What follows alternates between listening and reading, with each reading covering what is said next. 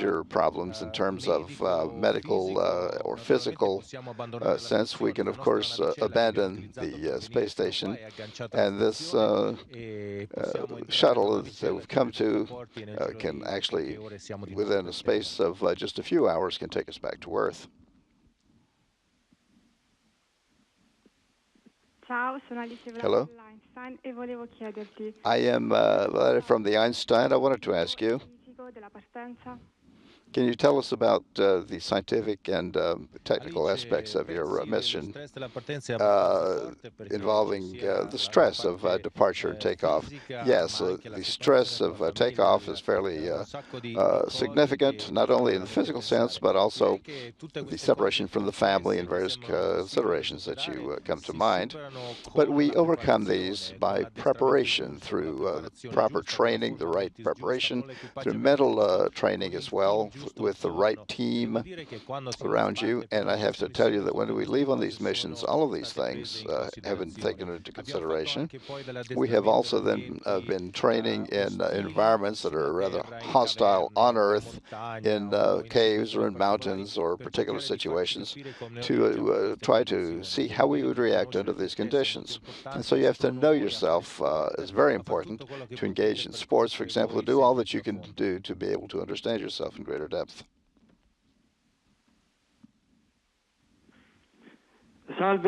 Salve.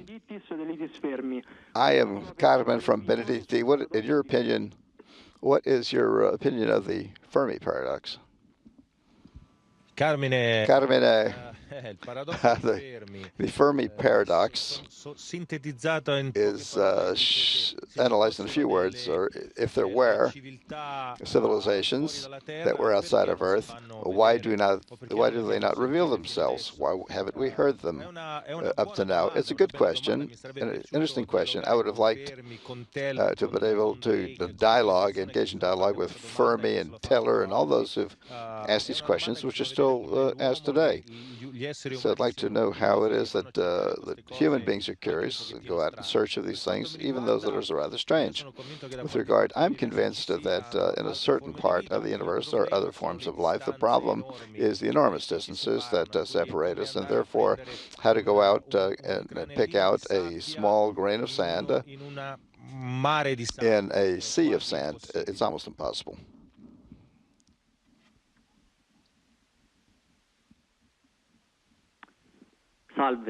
Salve. I am Francesco Danella from Giordano Bruno. Being in space must be an unimaginable and unique experience. How do you spend your days during the course of your space journey? Well, I would say that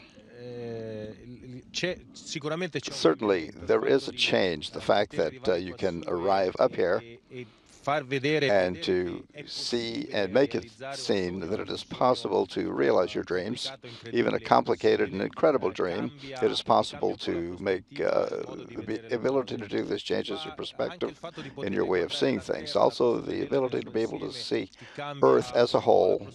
That also changes your attitude and your perspective on the planet and what we are. And all of these things are important and fundamental aspects and questions, I would say, that come into space changes you in a positive sense. And I'm happy that in the future, it'll be possible for many more of us to travel and have these experiences. And I hope that you'll be able to as well. I'm from the Filippo Silvestri Technical School. Your experience has taught us that during the conduct of an experience, it is important to repeat the same experiments many times because error is always a possibility. We've done hundreds of experiments, and what can you tell us about what you expect after having run the same experiment so many times? Well, to tell the truth is true.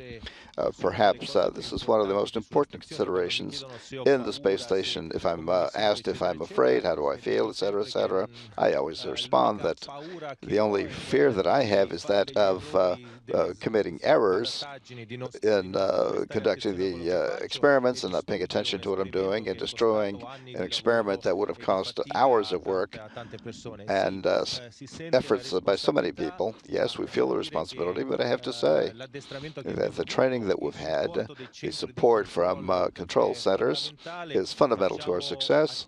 We engage in activities every day. Every day we work